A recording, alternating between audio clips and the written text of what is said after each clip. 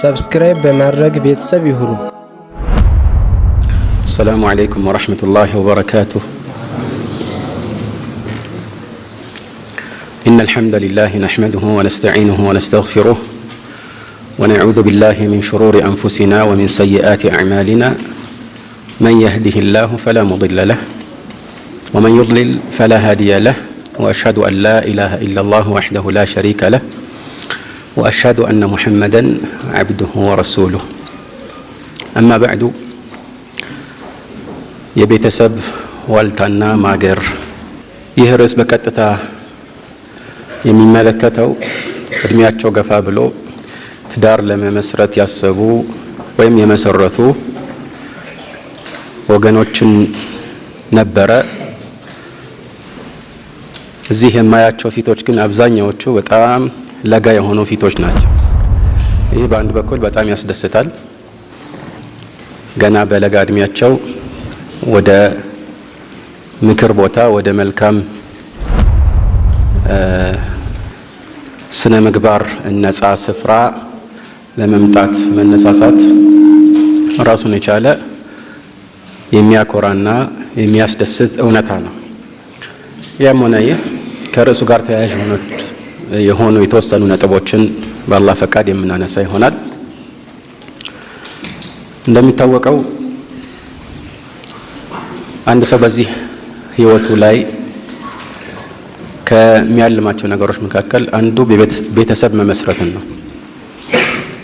ቤተሰብ መመስረትን ብዙ ሰዎች የሚያልሙት እንዲሁ የተፈጥሮ ግዴታ አድርገው ወይም ሌሎች ስለሚያደርጉት ሊሆን ይችላል። በዚህ የተነሳ በጥሩ ስነ ልቦና ዝግጅት ወደዚህ አይነት የህይወት መስመር ውስጥ ስለማይገቡ የሚከሰቱ ብዙ እንከኖች ይኖራሉ። ከዚህ አንጻር ይህንን ለማረም የሚረዱ የተወሰኑ ነጥቦችን አንስቶ መወያየትና ቤተሰብ ሲባል የቤተሰብ ዋነኛ መነሻዎች፣ መርሆችና ዋልታና ማገሮች ምንድናቸው የሚለውን ማወቅ ተገቢ ነው። በቅድሚያ ከሁሉ በፊት ሰዎች ሊያስተውሉት የሚገባው ነገር መጀመሪያ ላይ እንደጠቆምኩት ገና ቤተሰብ ለመመስረት ሲያስቡ ከዚህ በስተኋላ የሚፈለገው መለኮታዊ ጥበብ እና ዓላማ ምንድን ነው የሚለውን ነገር መገንዘብ ነው። ለሁሉም ነገር ዓላማ አለው። ግን ብዙዎቻችን ይህን ነገር ከዚህ በፊት እንዳልኩት እንዲሁ ሰዎች ስለሚያደርጉት ብቻ አንድ የማህበረሰብ ህግ ተደርጎ ይቆጠራል። ግን እውነታው ከዛ ያለፈ ነው። ሰዎች ስለ አንድ ነገር ጥልቅ የሆነ እውቀት ኖሯቸው ከዚህ በኋላ ስለሚፈለገው ዓላማ ተገቢ የሆነ ስነልቦናዊና አካላዊ ዝግጅት አድርገው የሚገቡ ከሆነ ውጤታማ የሚሆኑበት ሁኔታ በጣም የተመቻቸ ይሆናል ማለት ነው። ነገር ግን ስለዚህ ያላቸው ግንዛቤ ያልተሟላ ሆኖ ውስጡ ከገቡ በኋላ ብዙ አዲስ ነገሮች ሲያጋጥሟቸው በእነዚህ በአዲስ ነገሮች የተነሳ ምናልባት ሊበረግጉ ወይም ሊሸማቀቁ ይችላሉ። ስለዚህ ገና ከመጀመሪያው ከዚህ ከቤተሰብ ምስረታ የሚፈለገው ቁም ነገርና ፍሬ ምንድን ነው የሚለውን ነገር ማሰብ ያስፈልጋል። ብዙዎቻችን የምናውቀው ይመስለን ይሆናል፣ ምናልባትም ልናውቀው እንችላለን። ነገር ግን ይህን ነገር አስቦ ያንን ለማሳካት መንቀሳቀስ ወይም መልፋትና እንዲሁ ማወቅ የተለያዩ ነገሮች ናቸው። ስለዚህ አንድን ነገር ቅድሚያውኑ አውቀነው ከዚያ በኋላ ለዚህ ዓላማ የሚያበቁ ስልቶችን መጠቀም እንድንችል ለምንፈልገው ግብአት የሚሆኑ ስርዓቶችንና እንቅስቃሴዎችን ማድረግ እንድንችል መዘጋጀት ይኖርብናል ማለት ነው። እንደሚታወቀው አንድ ሰው ቤተሰብ ለመስረት ሲል ገና ከመጀመሪያ ይህንን ነገር በሀሳብ ደረጃ ሲጸንስ የዚህ መነሻ የሚሆነው ትዳር ነው እና ትዳርን አስመልክተው ደግሞ ብዙዎች እንዲሁ ስሜትን የሚያረኩበት ግንኙነትን ለመፍጠር ወይ ደግሞ ከዚያ ብዙም ያልዘለለ የሆነ ዓላማን ሊያስቡ ይችላሉ። ግን ከዚያ ያለፈ ዓላማ አለው። ይሄ አንዱ ቢሆንም ግን ከዚያ ያለፉ ብዙ ግቦችን ማጤን ያስፈልጋል። አላህ ሱብሓነሁ ወተዓላ ስለ ትዳር ባወሳ ጊዜ የእሱን ታላቅነትና ሀያልነት እንዲሁም ፈጣሪነት ከሚያመላክቱ ምልክቶች አድርጎ ቀጥሮታል። ወሚን አያቲሂ አን ኸለቀ ለኩም ሚን አንፉሲኩም አዝዋጀን ሊተስኩኑ ኢለይሃ ወጀዐለ በይነኩም መወደተን ወረሕመ ኢነ ፊ ዛሊከ ለአያትን ሊቀውሚን የተፈከሩን ይላል። ከምልክቶቹ መካከል ከእናንተው ከራሳቸው የሆኑ ሚስቶችን ወይም የትዳር ባላጋሮችን ፈጠረላችሁ ይላል። ከዚያ ተዕሊል ወይም ምክንያትን የሚያመላክት ነገር ገለጸን። ምንድን ነው ለዚህ ድንጋጌ መነሻ ሊሆን የሚችለው አምላካዊ ጥበብ ከተባለ አላህ እዚሁ ላይ በግልጽ ቋንቋ አስቀመጠልን። ቃል ሊተስኩኑ ኢለይሃ ወደ እነሱ እንድትረጉ ማለት ነው። እና ይህን አስመልክቶ የተለያዩ የተፍሲር አቋሞች አሉ። የሚፈለግበት ያው ከነሱ ጋር አብሮ መኖር ብቻ ነው፣ ሰከን ነው ወይም ሰኪናህ ነው። ይሄ የተሻለው ትርጓሜ ነው። ሰኪና ማለት እንግዲህ የልብ መረጋጋትና መስከን። ስለዚህ ከትዳር በፊት የነበረው ህይወት የሚቀየርበት የሰከነ የህይወት መስመር ሊጀምር ነው ማለት ነው። ስለዚህ አንድ የሚፈለገው ዓላማ ነው። የሰከነ የተረጋጋ በስነ ልቦናም ደረጃ በህሊናም ደረጃ ከረብሻና ከውጥንቅጥ የጠራ ህይወትን መመስረት አንድ ዓላማ ነው ማለት ነው። እና ይህ ደግሞ ገና ከመጀመሪያም ሰዎችም ሲፈጠሩ የነበረ ዓላማ ነው። የአደምን አፈጣጠር አላህ ሱብሓነሁ ወተዓላ ሲነግረን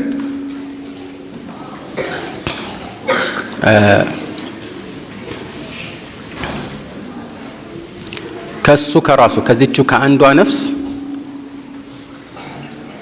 ባለቤትን እንዳደረገለት ይነግረናል። ወጀዐለ ሚንሃ ዘውጀሃ ሊየስኩነ ኢለይሃ ይላል።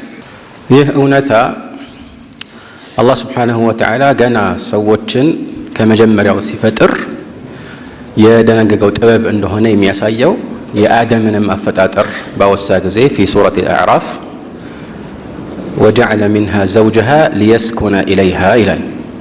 ከዚች ከአንድ ነፍስ ባለቤቷን አደረገላት ማለት አንድ ነፍስ የተባለችው የአደም ነፍስ ነች እና የዚያንም ምክንያት ሲገልጽልን ሊየስኩነ ኢለይሃ ይላል እና ወደ እሷ ኢለይሃ የሚለውን ስንመለከት በብዛት በአረብኛ አንድ ግስ ወደ ሌላ የሚሻገርበት ራሱን የቻለ መስተዋደድ ይኖራል። ግን ከዚያ ከተለመደው መስተዋደድ የተለየ ሌላ መስተዋደድ በቦታው ሲመጣ ሌላ ፊደልንም ወይም ሌላ መልእክትን ያዘለ ግስን በውስጡ እየጠቆመ እንደሆነ ሊያሳይ ይችላል እና ሊየስኩነ ኢለይሃ ሲል ይህ ወደዚህችኛው ነፍስ መጠጋትን ከአነሁ ቃል ሊየእውየ ኢለይሃ እንዲጠጋ ማስጠጊያ ነገር እንዲያገኝ ማለት ነው። ስለዚህ እዚህ ላይ በተለምዶ ያው ወንድ ልጅ ወይም ባል ሚስቱን ማስተዳደር ግዴታው ስለሆነ ሊያስጠጋት ይችላል እና አስጠጋት ተብሎ ሊገለጽ ይችላል። ግን እዚህ ላይ በዚህ መልኩ ስንፈስረው አንዳንድ ሰለፎች እንዳሉት ይሄ የሚያሳየው የወንድ ልጅ ስነ ልቦናና አእምሮ ወይም ህሊና ራሱ መጠጊያ ያስፈልገዋል። ስለዚህ ሚስቱ ለሱ መጠጊያው ነች እና እነኚህ ሁለቱ አንዱ የሌላውን ነውር የሚሸፍን ከመሆናቸውም አንጻር ነው አላህ ሱብሓነሁ ወተዓላ አንዱን ሌላው ልባስ አድርጎ በምሳሌ የገለጸው ሁነ ሊባሱን ለኩም ወአንቱም ሊባሱን ለሁነ ይላል። ስለዚህ ይህ ዓላማ ታሳቢ ተደርጎ ከሆነ ገና አንድ ሰው ቤተሰብን ለመመስረት የመጀመሪያውን እርምጃ ሲራመድ ወይም ትዳርን ሲያስብ አስቀድሞ ይህንን ህይወት ለማግኘት የሚያስፈልጉ እርምጃዎችን ሊያሟላ ይገባል ማለት ነው። አሁን ሙሉ ለሙሉ የሚሟላው በአላህ ፈቃድ ነው። ነገር ግን የኛ ጥረትም ያስፈልጋል እና ከዚህ አንጻር ይህ ዓላማ ለሱ የመጀመሪያው ዓላማ ሆኖ መታየቱ ጸባዩን እንዲያስተካክል ያደርገዋል። ብሎም በንግግር ደረጃ ራሱ የሚመራውን ህይወት ለዚህ ግብአት እንዲሆን የተስተካከለ የተከሸነ እንዲሆን አስቀድሞ እንዲያስብ ይረዳዋል ማለት ነው። ሌላው በቁርአን ውስጥ እንደዚሁም በረሱል ላ ሰለም ሐዲስ ላይ ከተጠቆሙ የትዳር ዓላማዎች መካከል አንዱ ዘርን መተካት ነው። ዘርን መተካት ሲባል አንደኛ በጥቅሉ የሰው ልጅ ዘር መተካት አለበት። ያ ደግሞ የሚሆነው ትክክለኛ በሆነ በታወቀ ትዳር ነው። ሁለተኛ ደግሞ አንድ ሰው የራሱን ዘርን መተካት ይወዳል። ሰዎች ልጅ እንዲኖራቸው የሚፈልጉት በዋነኝነት ከዚህም አንጻር ነው። ለዚህ ነው መልእክተኛችን ዓለይሂ ሰላቱ ወሰላም በሚታወቀው ሐዲታቸው ላይ ተዘወጁ ልወዱድ አልወሉድ ፈኢኒ ሙካሲሩን ቢኩም ልኡመም ይላሉ። በጣም የምትወድ የሆነችንና ብዙ የምትወልድ የሆነችን ሴት አግቡ አሉ። ስለዚህ ወዳድ የሆነች ባሏን በጣም የምታፈቅር እንደዚሁም ብዙ የምትወልድ ማግባት ተፈላጊ ነው። ለምን አሉ መልእክተኛው? ፈኢኒ ሙካሲሩን ቢኩም ልኡመም፣ እኔ ያው የቂያማ ቀን በእናንተ ሌሎች ህዝቦችን እፎካከራለሁ ብለዋል። የሙስሊሞች ቁጥር መብዛት ተፈላጊ እንደሆነ አንድ መቅሰድ ምን መቃሲድ ሸሪዓ እንደሆነ የታወቀ ነው። እንዴት ይህንን አንድ ሰው ማወቅ ይችላል? እቺ ሴት እንዴት ባሏን እንደምትወድ ገና ባል ሳታገባ ማወቅ ይቻላል ከተባለ ይህ በጥቅሉ ከአንዳንድ አመላካች ነገሮች አንጻር ሊገመት የሚችል ነው። ወይ ከቤተሰቦቿ ባህሪ ወይ ደግሞ ከሌሎች ጋር ካላት ግንኙነትና ስነ ምግባር አንጻር ሊታወቅ ወይ ሊገመት የሚችል ነገር ነው። መውለድም የሚታወቀው እንዲሁ ከቤተሰቦቿ ሁኔታ አንጻር ነው። ብዙ የሚወልዱ እህቶች ካሏት እሷም ያ አይነት መገለጫ ሊኖራት እንደሚችል መገመት ይችላል ማለት ነው። ስለዚህ ይህ ትልቅ ነገር ነው። እንዲያው ሲታሰብ ከትንሽ ከራስ የልጅ ውዴታ ጋር ተያይዞ ብቻ መታሰብ የለበትም። ብዙ ሰው እንግዲህ ትዳር መስርቼ ልጅ ወልጄ ሲል በቃ በህፃንነቱ ማለት ልጁ ህፃን እያለ እሱን ቤት ውስጥ የሚያጫውተው የቤቱን ሁኔታ ወይም ያለውን የቤት አትሞስፌር የሚያደምቅ የቤት አይን ማረፊያ የሆነ ልጅ አድርጎ ሊያስብ ይችላል። ግን ያ አንድ ነገር ነው፣ ጥሩ ነው፣ መጥፎ አይደለም። ከዛ ያለፈ ነገር ደግሞ አለው። በአጠቃላይ የሰው ዘር ራሱ መቀጠል የሚችለው በትክክል በዚህኛው ስልት ነው እንጂ እንደ እንስሳ ሰዎች አባታቸውን በማያውቁበት ሁኔታ አንዱ ሌላውን እየወለደ መኖር አይችልም። ግልጽ ነው። እና ከዚህ አንጻር ይህ አንድ የተቀደሰ ዓላማ ነው። አላህ ሱብሓነሁ ወተዓላ የደነገገው ዓላማ ነው እና ይህን ማወቅ ተገቢ ነው ማለት ነው። ሌላው ደግሞ ሶስተኛው ነጥብ ገዱል በሰር ወኢሕሳኑል ፈርጅ፣ ያኒ አንድ ሰው ከሚከለከሉ እይታዎች ራሱን ለመቆጠብ ከሐራም መንገድ ወደ ሐላሉ ለመመለስ አላህ የከለከለውን የዝሙት መንገድ ትቶ ወደ ሐላሉ የኒካህ መንገድ እንዲገባ ምክንያት መሆኑ ራሱ አንድ ትልቅ ዓላማ ነው። ቀላል ነገር አይደለም። በዚህ የተነሳ እኮ ነው በምታውቁት ሐዲስ አቢ ሁረይራ عند ሙስሊም قال وفي بضع احدكم صدقه አሉ። አንዳችሁ እኮ ሚስቱን ሲገናኝ ራሱ ሰደቃ ነው። ምን ማለት ነው? አጅር ያገኝበታል። እኛ ስሜታችንን ያረካን እንዴት አጅር እናገኛለን ብለው ሰሃቦች ሲጠይቁ ምን አሏቸው? መልእክተኛው አለይሂ ሰላቱ ወሰላም አለይሰ ኢዛ ወضعها في حرام كان عليه وزر፣ በሐራም መንገድ ይህንን ቢፈጽመው ኖሮ ወንጀል አይኖርበትም ነበር አሉ። አዎ፣ ስለዚህ ያው በሐላልም ከተጠቀመ አጅር ያገኛል ማለት ነው አሉ መልእክተኛው አለይሂ ሰላቱ ወሰላም። እና ይህንን የሰውን ዘር ማንነትና ስብዕና እንዲያሽቆለቆል የሚያደርገውን የዝሙትን በር ከመጀመሪያው የሚዘጋ መልካም የህይወት መስመር ነው ማለት ነው። እና አንድ ሰው ይህንን አስቦ መግባቱ ራሱ በቅድሚያ ገና ከመጀመሪያውኑ አላህ ዘንድ ትልቅ ምንዳ እንዲጻፍለት ምክንያት ይሆናል ማለት ነው። እና ከዚህ አንጻር ነው ወይም ከነዚህና ከሌሎች ምክንያቶች አንጻር ነቢያት በአጠቃላይ ማለት ያው ከነሱ መካከል የተወሰነ እስቲትና ሊደረግ ወይም ደግሞ ተነጥለው ሊወጣ የሚችል ቢኖርም ግን በአጠቃላይ እንደ ሱናቸው የሚቆጠረው ትዳር ነው፣ የነቢያት ህግ ነው። ግልጽ ነው። ወለቀድ አርሰልና ሩሱላ ሚን ቀብሊከ ወጀዐልና ለሁም አዝዋጀን ወዙርያ፣ ለነሱ ሚስቶችና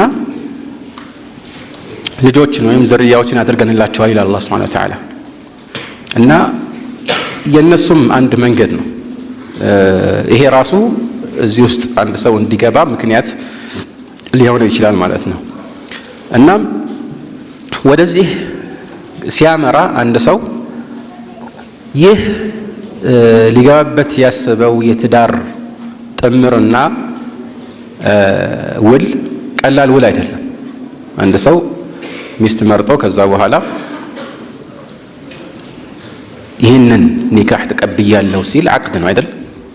ይህ የኒካህ ውል በጣም የጠበቀ እጅግ በጣም የገዘፈ አላህ ዘንድ ትልቅ ቦታ ያለው ውል ነው፣ ቀላል አይደለም። ይህንን ደግሞ የሚለው አላህ ራሱ ነው። ምን ይላል አላህ ሱብሓነሁ ወተዓላ ፊ ሱረት ኒሳ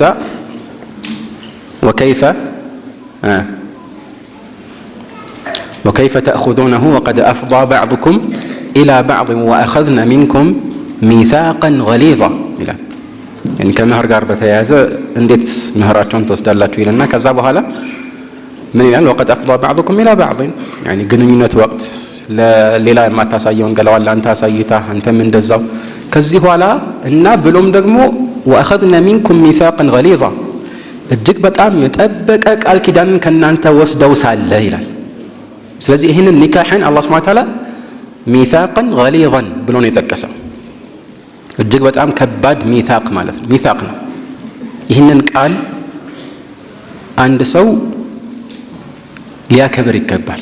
ለዚህ ነው መልእክተኛውም ዓለይሂ ሰላቱ ወሰላም ከማ ፊ ሰሒሐይን ሚን ሐዲስ ዑቅባ ኢነ አሐቀ አሽሩጢ አን ቱፉ ቢሂ መስተሕለልቱም ቢሂል ፉሩጅ ይላሉ። ከምንም የበለጠ ልትሞሉት የሚገባው መስፈርትና ቃል ኪዳን የሴትን ልጅ ሀፍረተ ገላ ሐላል ያደረጋችሁበት ነው ይላሉ። ይሄ እንግዲህ የኒካህ ውልን የሚመለከት ነው ማለት ነው። እና ይህንንም ማስታወስ ኃላፊነትን መሸከም እንደሆነ ማሰብ አለበት ማለት ነው። እንዲሁ ዝም ብሎ ዘው የሚባልበት ለሙከራም የሚገባበት እንዳልሆነ ሊታወቅ ይገባል ነው። ታዲያ አንድን ነገር የሰመረ ለማድረግ የመጀመሪያው እርምጃ ከዚያ ጋር በተያያዘ የሚያግዝህን አጋር በጥሩ ሁኔታ መምረጥ ነው አይደለም እንዴ? የመጀመሪያው እርምጃ መሆን ያለበት ይሄ። ብዙ ሰዎች ስለ ቤተሰብ ጉዳይ ማሰብ የሚጀምሩት በኋላ ነው። መጀመሪያ ሚስቱን የሚመርጥበት ወይም እሷ ባሏን የምትመርጥበት መስፈርት ትክክለኛ መስፈርት ሳይሆን ይቀርና ከዛ በኋላ ብዙ ጥንቅጦች ውስጥ ከገቡ ህይወታቸው ከተመሰቃቀለ በኋላ መፍትሄን ይፈልጋሉ። ግን ፊል ሐቂቃ መጀመሪያ ቢታሰብበት ኖሮ የአላህን ህግ ተፈጻሚ ለማድረግ ተብለው መስፈርቶች ቢታዩ ኖሮ ይሄ ሁሉ ጥንቅጥ ውስጥ ባልተገባ ነበር። ልብ በሉ። መልእክተኛው ዓለይሂ ሰላቱ ወሰላም ምን አሉ? ኢዛ ጃአኩም መን ተርደውነ ዲነሁ ወኹሉቀሁ ፈዘውጁሁ አሉ። ዲኑንና ባህሪውን የምትወድለት ሰው ከመጣ አጋቡታል። የጠቀሱትን መስፈርት አያችሁ። ስለ ሀብት አልጠቀሱም። ሀብት ምንም ቦታ የለውም ወይም አይታይም ማለት የማስተዳደር ብቃቱ አይታይም ማለት አይደለም። ግን ከሁሉ በፊት ቅድሚያ ቦታ የሚሰጠው መስፈርት ይሄ ነው። ተግባባን? እና የመጀመሪያው ዲን ነው። ለዚህ ነው ይህንን በሚያብራራ መልኩ ከዚህ ሐዲስ ጋር ያይዘው ባይሆንም አልሐሰን አልበስሪ ልጄን ማንን እንድታገባ ላድርጋት ወይም ለማን ልዳራት ብለው አንድ ሰው ሲጠይቃቸው ምን አሉት? ቃለ ዘውጅሃ ሚን ተቅይን፣ አላህን ከሚፈራ ሰው አጋባት፣ ከሚፈራ ሰው ጋር አጋባት አሉት። ለምን? ምክንያቱም ቃል ፈኢነሁ ኢን አሐበሃ አክረመሃ ወኢን አብገደሃ ለም የظልምሃ አሉ። ምክንያቱም ከወደዳት ያከብራታል፣ የሚፈለገውን እንክብካቤ ያደርግላታል። ከጠላት ደግሞ አይበድላትም አለ። አንዳንድ ሰው በተቃራኒ አይደለም፣ ከወዳት በጣም ከፍ ያደርጋታል፣ ከጠላት ደግሞ የመጨረሻ ዝቃጭ አድርጎ ይቆጥራታል። ይሄ ስህተት ነው፣ መሆን ያለበት ነገር አይደለም አይደል? ግን አላህን የሚፈራ ሰው ከሆነ ይህ የአላህ ፍራቻው ብቻ ሰውን እንዳይበድል ያደርገዋል። ስለዚህ ይሄ መሰረታዊ ነገር ነው ማለት ነው። እና እንዲህ አይነት መስፈርቶችን ማየት፣ ዲኑን ማየት፣ ከዛ ምን አለ መልእክተኛው ምን ተርضون ዲነሁ ወኹሉቀሁ ባህሪ። ይሄ ደግሞ ወሳኝ ነገር ነው ከሁሉ በፊት። ምክንያቱም አብረው በአንድ ጣራ ስር ለብዙ ዓመታት ለማሳለፍ በየቀኑ አብረው እያደሩ የሚኖሩና ህይወታቸውን የሚገፉ ሰዎች መቼም ባህሪያቸው ጥሩ ካልሆነ አንዱ ከሌላው ጋር የሚጋጭበት አጋጣሚ በጣም የበዛና የሰፋ ይሆናል። እና ይህ ደግሞ በዋነኝነት የሚታወቀው በቅድሚያ ወይም ደግሞ ለዚህ ጥንቃቄ ማድረግ የሚቻለው በቅድሚያ ስለ ባህሪው ማወቅ ከተቻለ ነው። ልጃችሁን ዳሩልኝ ብሎ የሚመጣ ሰው ባህሪው እንዴት ነው? አንዳንድ ሰው በዲን ግንዛቤው ወይ በዒባዳው ወይ የአላህን ህግ ተግባራዊ በጥቅሉ በማድረጉ ብዙ እንከን ላይታይበት ትችላል። ግን ያ ከመሆኑ ጋር ስለ ስነ ምግባሩ ባህሪው ከተነሳ ደግሞ ሌላ አይነት ይሆንባል፣ አውሬ ሊሆን ይችላል። ተግባባን? አሁን ደግሞ አንተ የምትመርጠው ያኔ ከዒባዳ ከሰላት ከምናምን አንጻር ብቻ አይደለም። ተግባባን? እያንዳንዱ ቦታ ይበልጥ ለዚያ ቦታ የሚያስፈልገው የሆነ መስፈርት አለው አይደል? ለእያንዳንዱ ሁኔታ የሚመጥን መስፈርትና ቅድሚያ ሊታይ የሚገባ ቅድመ ሁኔታ አለ። እና እዚህ ላይ በዋነኝነት የሚታየው ስነ ምግባርና ባህሪ ነው። አብሮ መኗኗር የሚያስችለው ምን ያህል ትዕግስተኛ ነው፣ ንግግሩ እንዴት ነው፣ ጽያፍ ቃላትን በመናገር የታወቀ ነው፣ በሆነው ባልሆነው ቱግ እያለ የሚቆጣ ነው፣ እንዴት ነው? ይሄ ተጽዕኖ አለው እኮ አይደል? ለዚህ ነው መልእክተኛው ዓለይሂ ሰላቱ ወሰላም ፋጢማ ብንት ቀይስን ከማ ፊ ሰሒሐይን ማንን ላግባ ብላ ስታማክራቸው ሁለት ሰዎች አጭተዋት ቃል አማ ሙዓዊያ ፈሱዕሉክ አሏት። ሙዓዊያ ሱዕሉክ ነው፣ ያኒ ድሃ ነው፣ ብዙ ገንዘብ የለውም ማለት። ወአማ አቡ ጀህሚን ፈደራቡን ሊኒሳ፣ አቡ ጀህም ደግሞ ሴቶችን በጣም የሚማታ ነው፣ የታወቀ ነው በዚህ። ስለዚህ ይቅርብሽ አሏት። በተናደደ ቁጥር የሚማታ ከሆነ ይቅርብሽ አሏት። ተግባባ? መጀመሪያው ነው ማለት ነው። እና ብዙ ጥንቅጥ ውስጥ ሰዎች የሚገቡት ይህንን ባለማሟላት ነው። ይሄ እንግዲህ በወንዱ በኩል ነው አሁን ምሳሌ የሰጠ ነው። በሴቷን በኩል መልእክተኛው ዓለይሂ ሰላቱ ወሰላም ምን አይነት ሴት መምረጥ አንድ ሰው እንዳለበት የሚያሳይ ነገር ተናግረዋል። ቃል ቱንከሑ ልመርአቱ ሊአርበዕ፣ አንዲት ሴት የምትገባው ለአራት ነገሮች ሲባል ነው። ሊማሊሃ ወሊጀማሊሃ ወሊሐሰቢሃ ወሊዲኒሃ ፈظፈር ቢዛቲ ዲን ተሪበት የዳክ። ለአራት ነገሮች ትገባለች፣ ወይ ለገንዘቧ ወይ ደግሞ ለመልኳ ተብሎ ወይ ደግሞ ለዘሯ ተብሎ ካሉ በኋላ አራተኛው ወሊዲኒሃ አሉና ፈظፈር ቢዛቲ ዲን አሉ። ፈظፈር ቢዛቲ ዲን፣ የዲን ባለቤት የሆነችዋን አጥብቀህ ያዝ፣ እሷ ትሻላለች ማለት ነው። ጠይብ፣ ብዙ ሰው ታዲያ መልክን አስመልክቶ ለምን ማየት ተደነገገ ሊል ይችላል። አው መልክተኛው መልክን እኮ አታማርጥ አላሉ። ግን የመጀመሪያው ዋነኛ መስፈርትህ ዲን ይሁን ነው። ተግባባ? አልኢማም አሕመድ መጀመሪያ አንድ ሰው መጠየቅ ያለበት ስለ መልኳና ስለ መሰል ነገር ነው። ከዛ በኋላ ስለ ዲን ነው ይጠይቃሉ። ይሄ ከዚህ ሐዲስ ጋር የሚጋጭ ይመስላል። አይደለም፣ እሳቸው በተቃራኒ ይህንን ሐዲስ ተግባራዊ ለማድረግ ብለው ነው። ለምን ሲባል ምክንያቱም እሷ የምትሆን ከሆነ ማለት መልኳ ለምሳሌ ጥሩ ከሆነ ጠይቆ ከዛ በኋላ ዲኗን ሲጠይቅ አይ አትሆንም፣ ዲኗ ጥሩ አይደለም፣ በዲን ላይ አስተማማኝ አይደለችም ሲባል አይ እንዲህ ከሆነማ ይቅርብኝ ሲል ገንዘብ እያላት ራሱ ለአላህ ብሎ ዲኗ ስላልተስተካከለ ተዋት ማለት ነው። እንዲህ መሆኑ ይሻላል። ግልጽ ነው። እንዲህ መሆኑ ይሻላል አሉ ለአላህ ብለው የሚተዋት ከሆነ ማለት ነው። በተቃራኒው ከሆነ አሉ ማለት ነው። በተቃራኒው ማለት መጀመሪያ የሚጠይቀው ዲኗን ከሆነ ዲኗ ጥሩ ነው ሲባል ከዛ በኋላ መልኳ ግን ጥፉ ነው ቢባል ይቅርብኝ ሊል ነው ማለት ነው። ስለዚህ ይህ ሰው ለመልኳ ብለው ነው የዲኗ ጉዳይ ያው መጀመሪያ የተጠየቀ ቢሆንም የተዋት ለአላህ ብሎ ሳይሆን ለመልኳ ብሎ ነው ይባል ይችላል። ከዚህ አንጻር ነው አሉ። ይህን ያህል የከበደ ነገር አይደለም። እሳቸው ቢሆን ጥሩ ነው አስተያየት ነው የሰጡት። ይህን ያህል እንዲህ መሆን አለበት የሚል ህግ አይደለም እየተናገሩ ያሉት። ግን ዋናው ቁም ነገር ይሄ ነው። ምክንያቱም እንደ ተሞክሮ ብዙ ሰዎች ምናልባት ያውቃሉ። አንዳንድ ጊዜ ለመልኳ ተብሎ አንዲትን ሴት ያገባል፣ ግን ባህሪዋ እንቅልፍም አታስተኛው ወይ ደግሞ በቃ ራሱን እስኪጠላ ድረስ የምታጨናንቀው ሊሆን ይችላል ወይ ሌላው እና ያ ነገር በኋላ ያ የመረጠው ምርጫ ትልቅ አደጋ ይሆንበታል እና ያ ከሚሆን የመጀመሪያውን እርምጃ አጣርተው ቢሆን ኖሮ እግሩን የት እንደሚያኖር ጠይቆ ቢሆን ኖሮ ይሄ ሁሉ ወጥንቅጥ ውስጥ ባልተገባ ነበር እና የመጀመሪያው ቤተሰብን የተስተካከለ እንዲሆን ስኬታማ እንዲሆን ልንራመድ የምንችለው የመጀመሪያው እርምጃ የትዳር ጓደኛን ስንመርጥ ትክክለኛ መስፈርትን ማስቀመጥ ነው ማለት ነው። ያ ከሆነ በኋላ ከዚህ በኋላ ያለውን ህይወት እንዴት ነው አንድ ሰው ሊያስተካክል የሚችለው ከተባለ በቅድሚያ ጥቅል ጥቆማ አለ። ያም ጥቅል ጥቆማ ሁሉን የህይወትን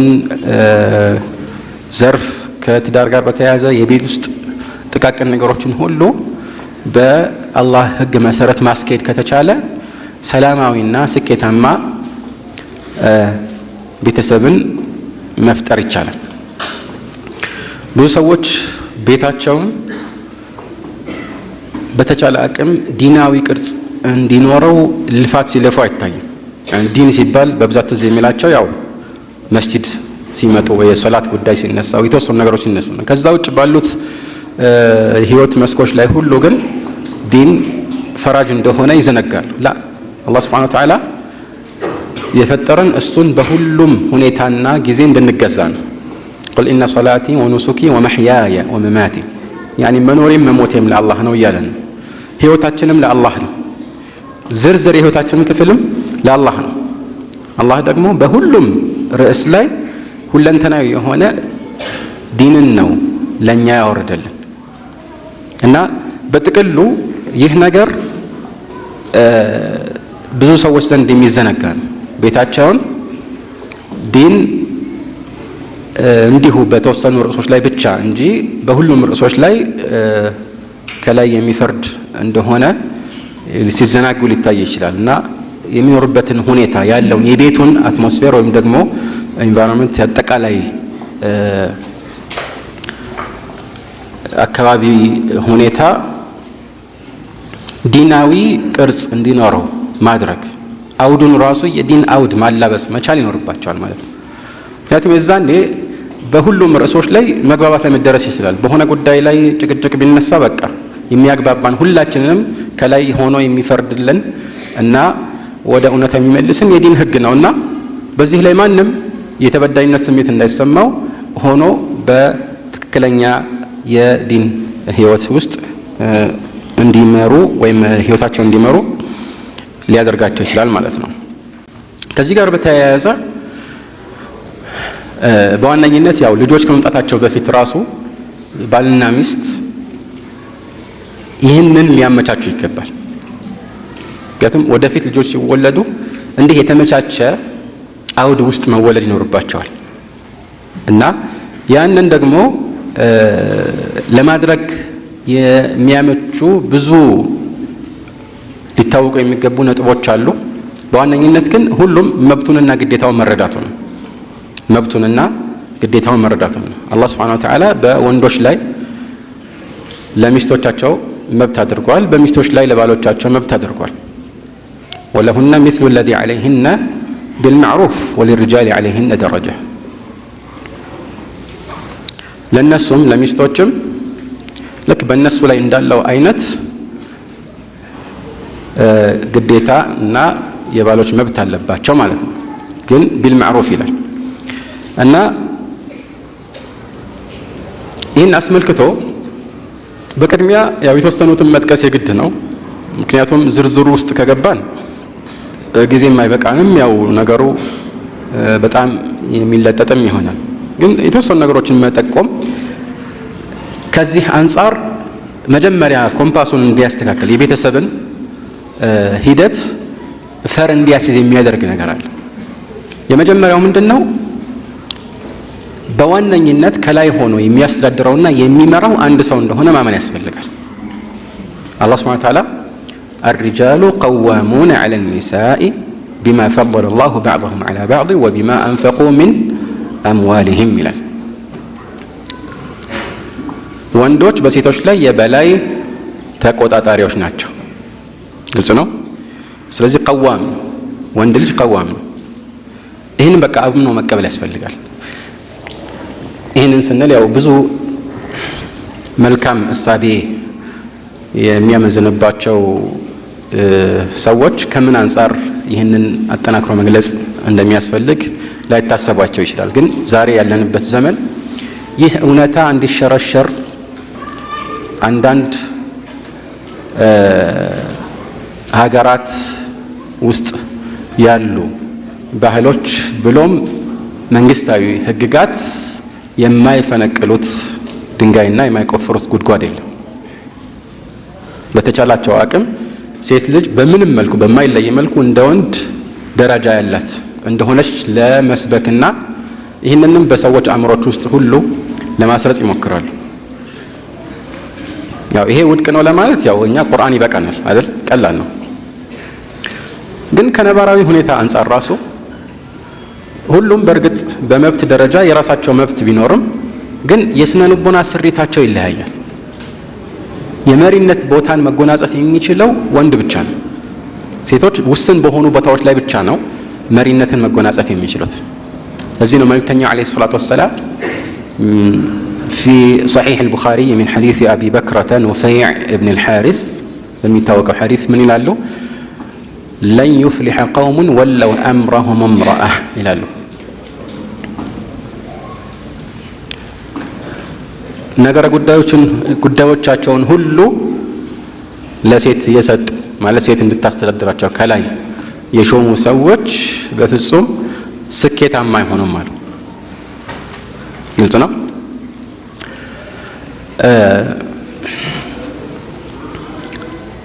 አላህ ሱብሓነሁ ወተዓላ በመብት ደረጃ ሁሉንም የሚገባውን መብት እንዲያገኝ አድርጎታል። للرجال نصيب مما اكتسبوا وللنساء نصيب مما اكتسبن واسألوا الله من فضله إن الله كان بكل شيء عليما ግልጽ አለ። መግቢያው ላይ እንደው ምንድነው የሚለው? ولا تتمنوا ما فضل الله به بعضكم على بعض ከፊላችሁም በከፊላችሁ ያስበለጠበትን ጉዳይ አስመልክቶ ያንን አትመኙ። በተፈጥሯዊ በሆነ መልኩ አንዱን ከሌላው አስበልጦታል አላህ ሱብሓነሁ ወተዓላ። ያንን መመኘት ተገቢ አይሆንም፣ የማይሆን ነውና ለወንዶች የሰሩት አላቸው ይላል። ለምሳሌ በገንዘብ ደረጃ ወንድ ልጅ የሰራው የራሱ ነው፣ ቤተሰቡን ሊያስተዳድርበት ይችላል፣ ግዴታውም ነው። ሴት ልጅ በራሷ የሰራችው ካላት ያ የራሷን ንብረት ይሆናል፣ የማስተዳደር ግዴታ ግን የለባትም።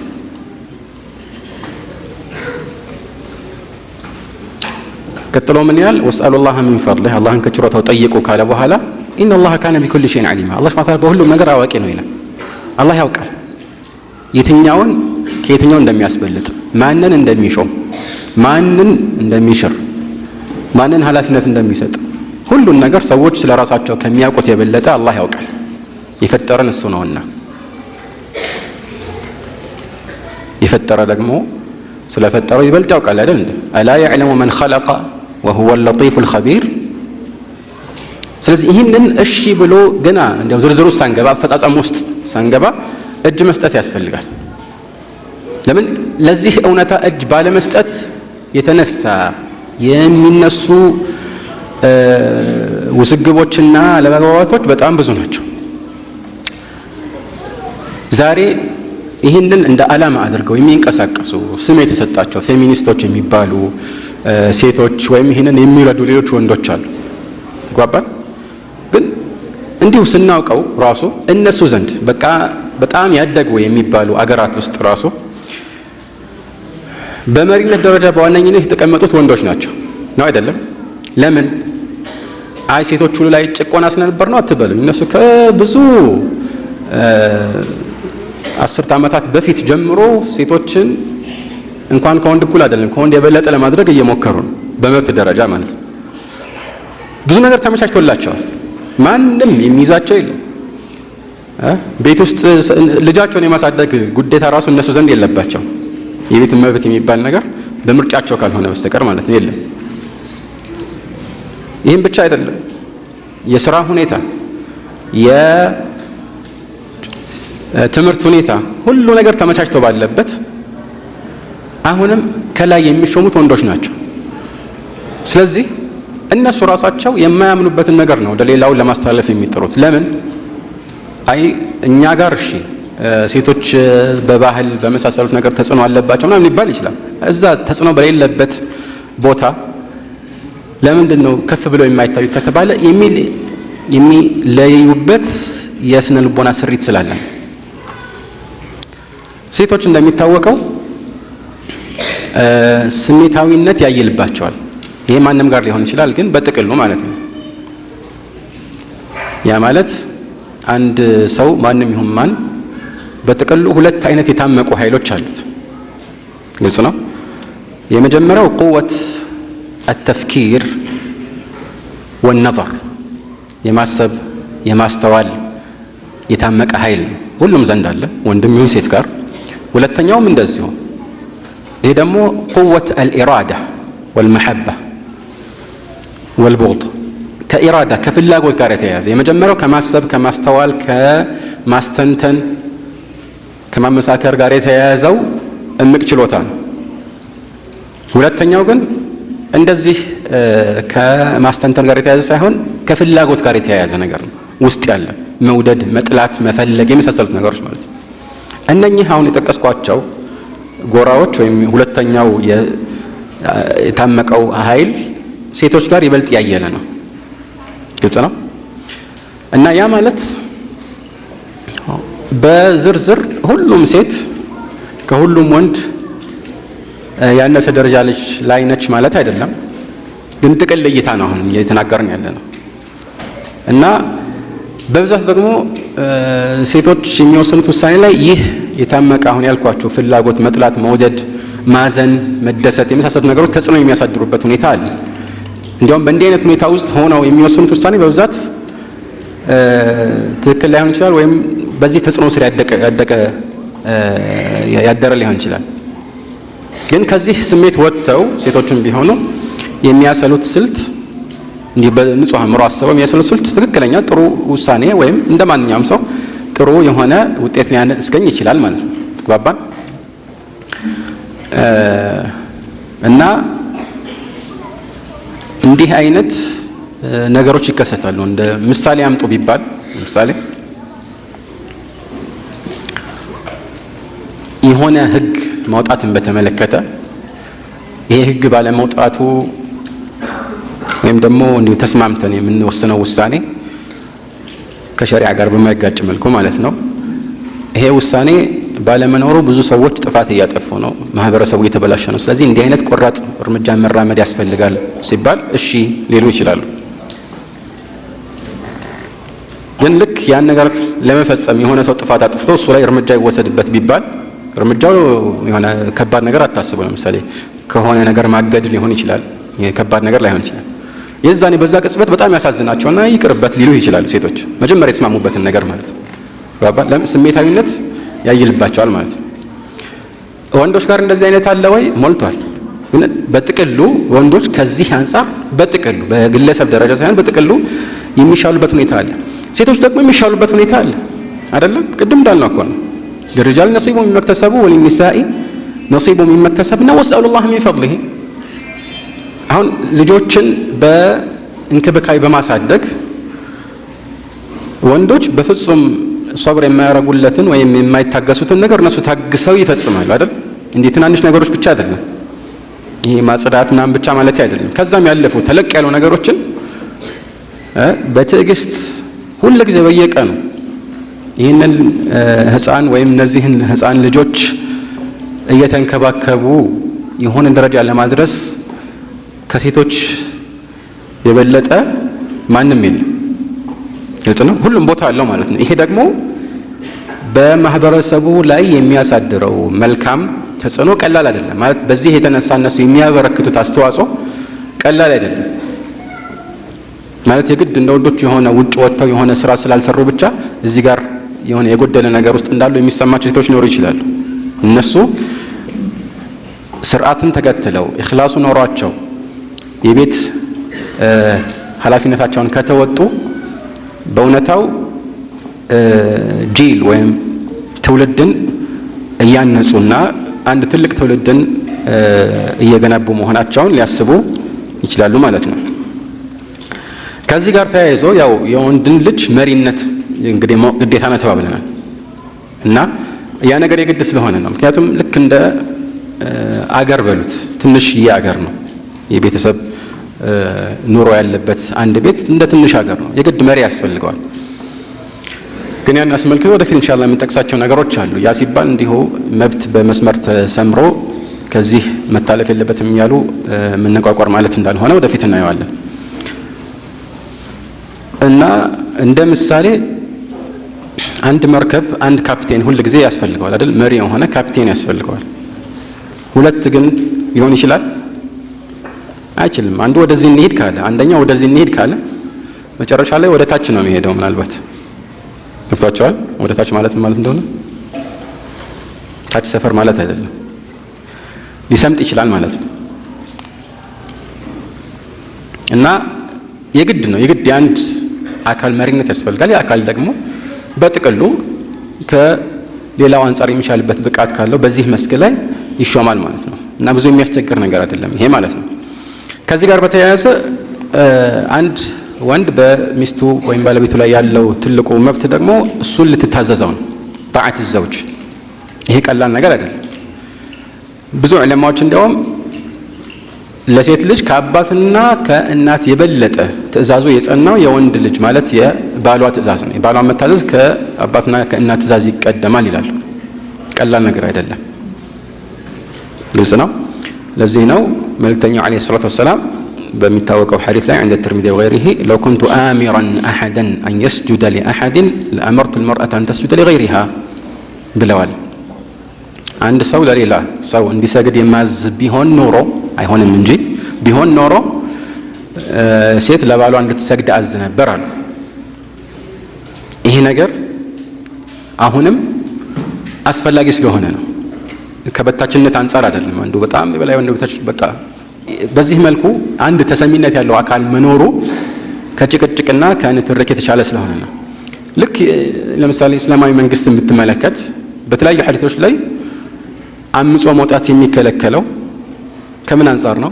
ከሚያሳድረው መጥፎ ተጽዕኖ አንጻር ነው። በዳይ ቢሆን እንኳን አሉ ግን ቢልማዕሩፍ ነው የምትታዘዘው። እሷም ቢሆን ወይም ማንም ሰው ከአላህ ውጭ ሌላ ነው የሚታዘዘው ቢልማዕሩፍ ነው ማለት የአላህን ሕግ በሚገጥም መልኩ በመልካም መስክ ላይ ሲሆን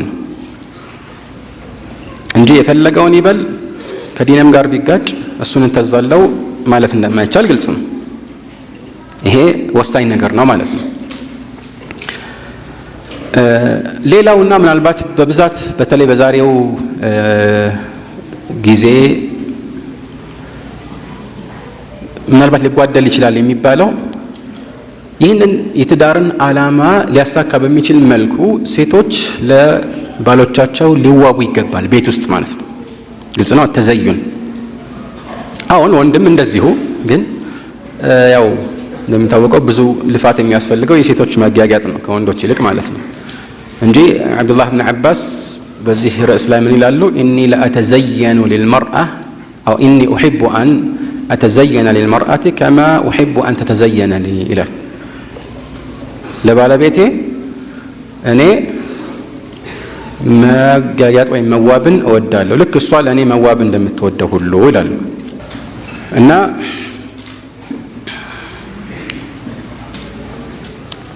ይህ እንዳለ ሆኖ ግን ወንዶች አይናቸው ወደ ሌላ እንዲቀላውጥ ከሚያደርጉ ነገሮች መካከል ሴቶች በቤት ውስጥ ይህን አለሟሟላታቸው ነው። ግልጽ ነው። ግን ከቤት ሊወጡ ሲል ደግሞ ተመልከት፣ አብዛኛዎቹ ኢላ መን ረሒመ ረቡክ፣ አብዛኛዎቹ ከቤት ሊወጡ ሲል እንዴት እንደሚጋጋጡ ተመልከት፣ እንዴት እንደሚዋቡ። የሆነ ፕሮግራም አለ ተብሎ ሴቶች ጋር ለመሄድ ራሱ ነው አይደል? ይሄ የሚታበል እውነታ አይመስለኝም። ቤት ውስጥ ግን በተቃራኒ ነው። እንዲያው መዋቡ ቢቀር እንኳን ትንሽ የተስተካከለ ነገር ማለት ከስራ ከምናምን ውጭ ከማድ ቤቱ ሁኔታ ከጭሱ ከምናምን ወጣ ያለ ነገር መቅረብ ቢችል ራሱ አንድ ትልቅ ነገር ነው። ተግባባ? እና በተለይ በዛሬው ጊዜ ያልኩበት ምክንያት ዛሬ ድሮ ያልነበረ የሸር በር ብዙዎቻችን ቤት ውስጥ ተከፍቷል። ለምሳሌ ሚዲያ ወይም ኢንተርኔት ብንመለከት በሶሻል ሚዲያም ከዛም ውጭ ባሉ ድረገጾች ላይ ወንዶች እንዲማልሉ የሚያደርጉ ስዕሎች፣ ቪዲዮዎች የመሳሰሉት ጋጠወጥ ተግባራት ሁሉ ባሉበት ሁኔታ ላይ ሰዎች ከዚህ እንዲቆጠቡ አይናቸውን እንዲሰብሩ የሚያደርጋቸው መጀመሪያው ነው ትዳሩ የተደነገበትን ዓላማ የሚያሟላ የሆነ ተግባር ከሴቶች በኩል መቅረብ አለበት። ተግባባ? ይሄ ወሳኝ ነጥብ ነውና ማለት ነው። ሌላው ይህንን አስመልክቶ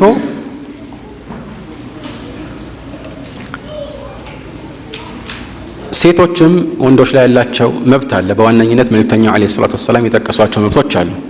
በሐዲስ ላይ የጠቀሷቸው መብቶች ያው ዝርዝር ውስጥ አንገባም። በዋነኝነት ተገቢ በሆነ መልኩ ማስተዳደር ግልጽ ነው። የሚያስፈልጋትን ልባስ እንደዚሁም ምግብ እና መሰል ነገሮችን ማሟላት ግዴታው ነው።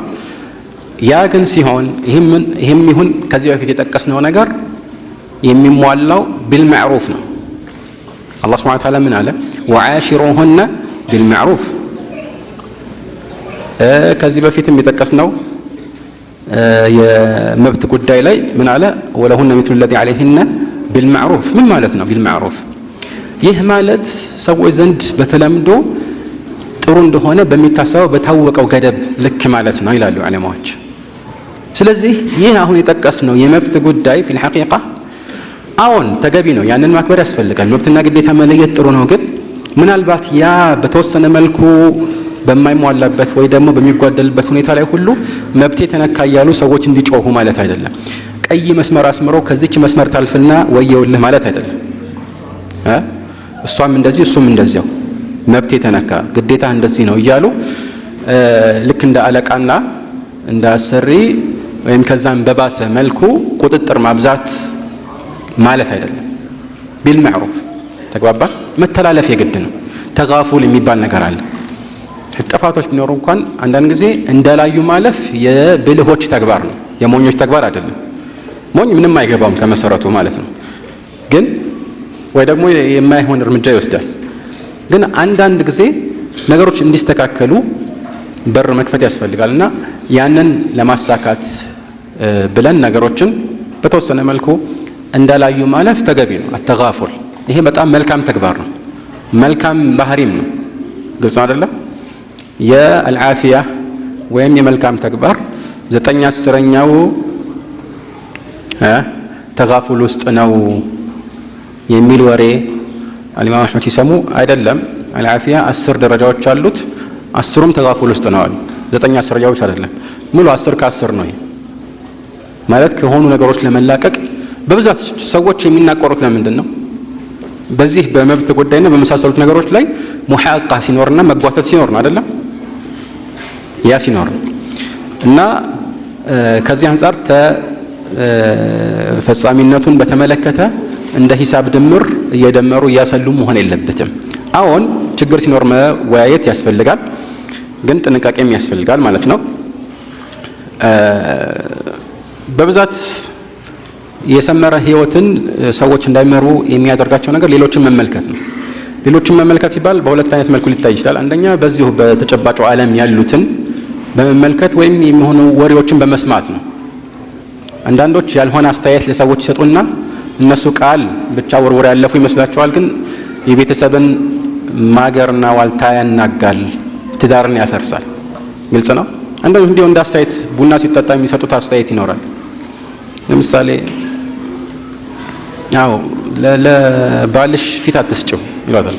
እሱም ደግሞ ምሳ ሲበላ ከወንዶቹ ከጓደኞቹ ጋር አንተ ለሚስትህ የፈለገ ቢሆን እንዳታስለምድ ፊት እንዳትሰጥ ይለዋል። ሱብሃነ ረቢ። ለሚስትህ ፊት ካልሰጠ ለማን ልትሰጥ ነው ታዲያ? እሷም ለባሏ ካልሰጥ ለማን ልትሰጥ ነው? ፊት መስጣጣት እንዲያውም በዋነኝነት እኮ ይሄ ነው አይደል? እንዲህ አይነት ነገሮች አሉ። ይሄ አንድ ምሳሌ ነው። ግን ዝርዝር ህይወት ውስጥ ራሱ ገብቶ እንደዚህ ባል ያደረገኝ ሲሏት ስትል እንዲህማ ከሆነ እንዲህ በይውላት እና በጥቅሉ አይደለም እኮ በዝርዝር ህይወት ውስጥ ራሱ የሆነ እርምጃ እንድትሄድ የሚገፋፋት አሉ። እሱም እንደዚህ ሆነ መጨረሻ ላይ በቃ ሐታ ቢለያዩ ራሱ የሚገፋፋ ይሄ አይነት የሰው ህይወት ውስጥ ጣልቃ ገብነት ወደዱም ጠሉም ምናልባት ተኽቢብ ውስጥ ሊገባ ይችላል። መልእክተኛው ዓለይሂ ሰላቱ ወሰላም ለዐነ አላሁ መን ኸበበ እምረአተን ዐላ ዘውጂሃ ያሉበት ሐዲስ አለ።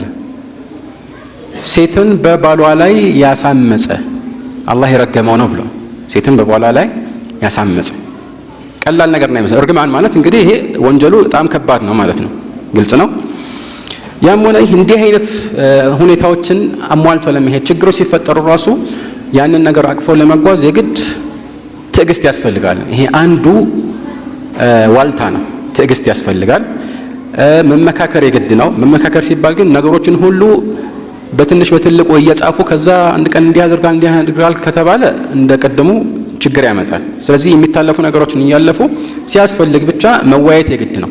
ለምንድነው እንዲህ የምላቸው? አንዳንድ ጊዜ ሰዎች ያዩትን ችግር ሁሉ በትዕግስት ስም በዝምታ ያልፉና ያ ነገር ሲጠራቀምባቸው መሸከም ሲያቅታቸው ይፈነዳሉ።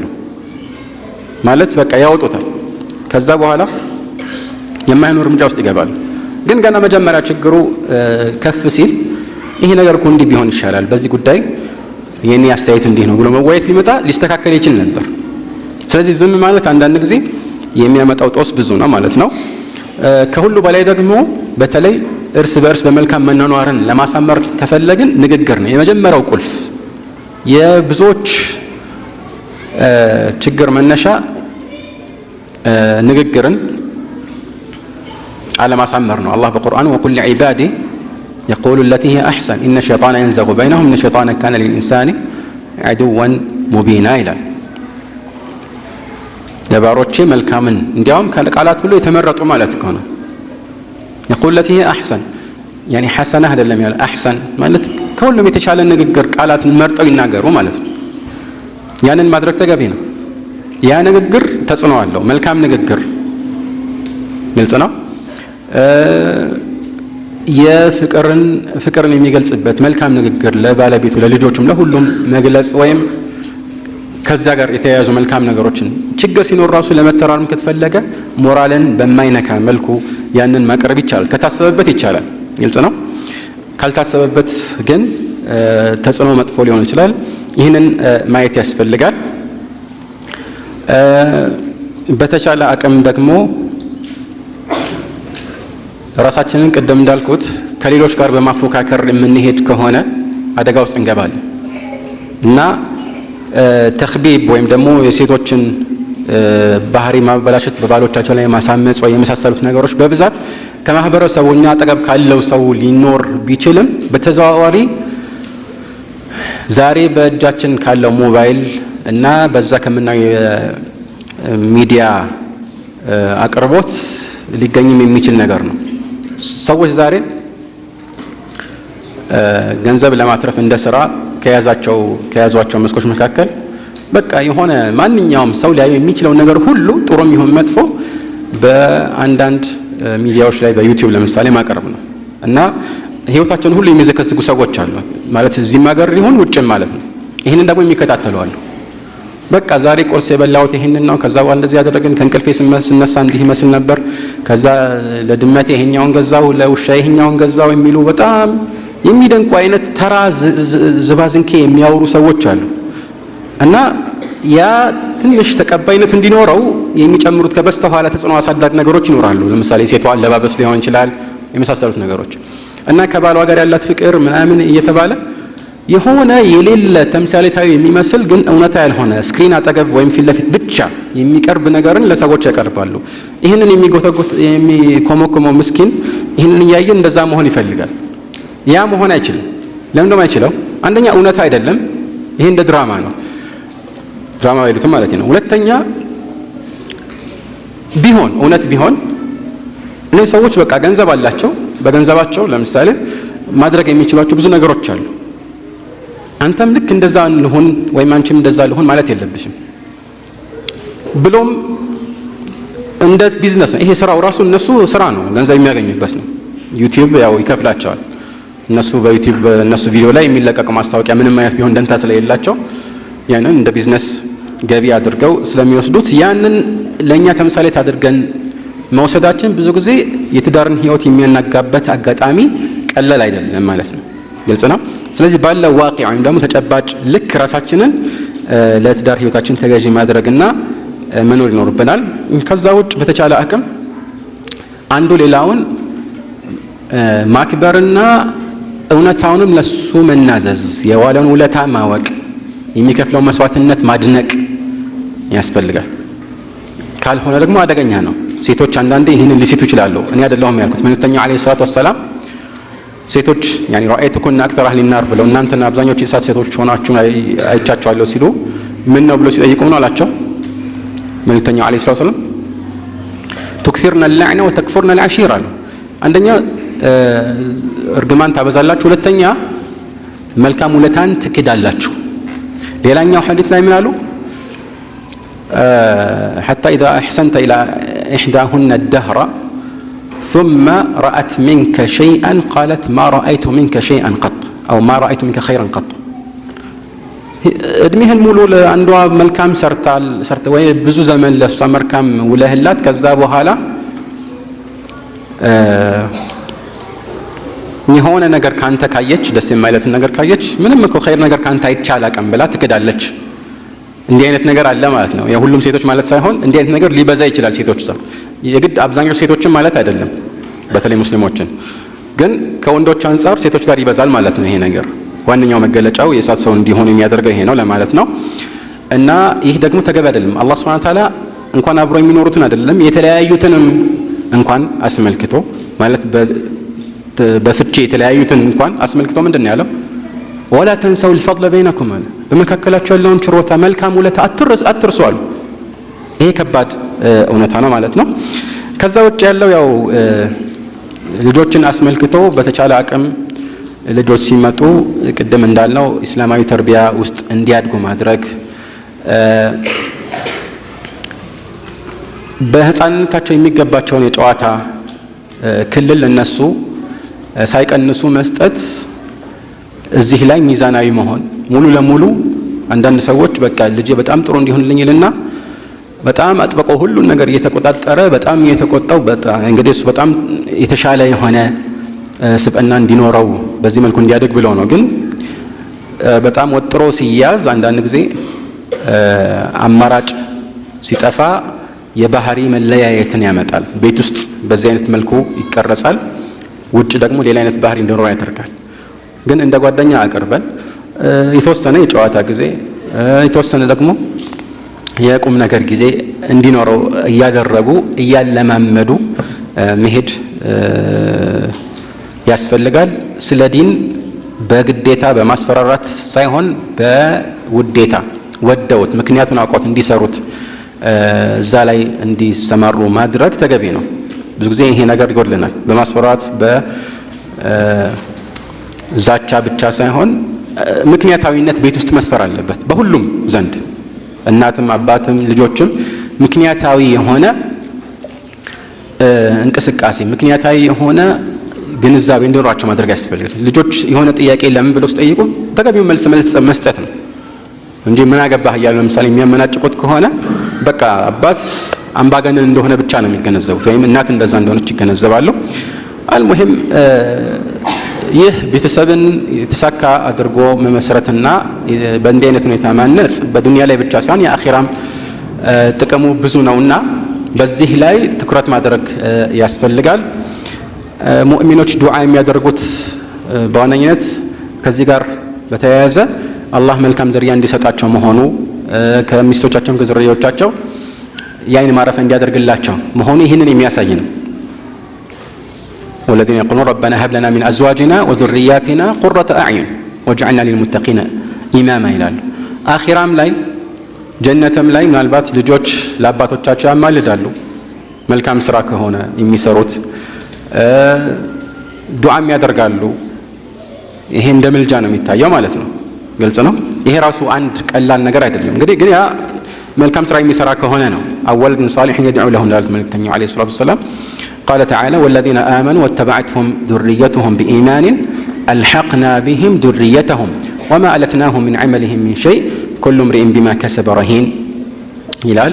እነዚያ ያመኑት እና ዝርያዎቻቸው በኢማን የተከተሏቸውን ዝርያዎቻቸውን ከነሱ ጋር እናስጠጋላቸዋለን በጀነት ራሱ ማለት ነው።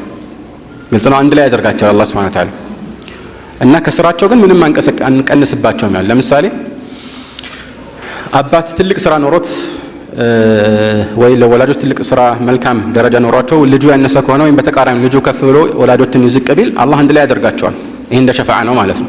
ግን ያ ሲሆን ዝቅ ያለውን ወደ ከፍ ወዳለው ወስዶት ነው እንጂ ላይ ያለውን ወደ ታች አድርጎት አይደለም። وما ألتناهم أي ما نقصناهم من عملهم من شيء كل امرئ بما كسب رهين ሁሉም ሰው በሰራው ስራ ሁሉ የሚያዝ ነውና ይላል አላህ Subhanahu Wa Ta'ala። ሁላችንንም በዚህም በዱንያም በአኺራም የተስተካከለ ቤተሰባዊ ህይወት መርተን በአኺራ በዚህ ውጤት የምንደሰት እንዲያደርገን እንማጸናለን። هذا والله أعلم وصلى الله على محمد وآله وصحبه أجمعين.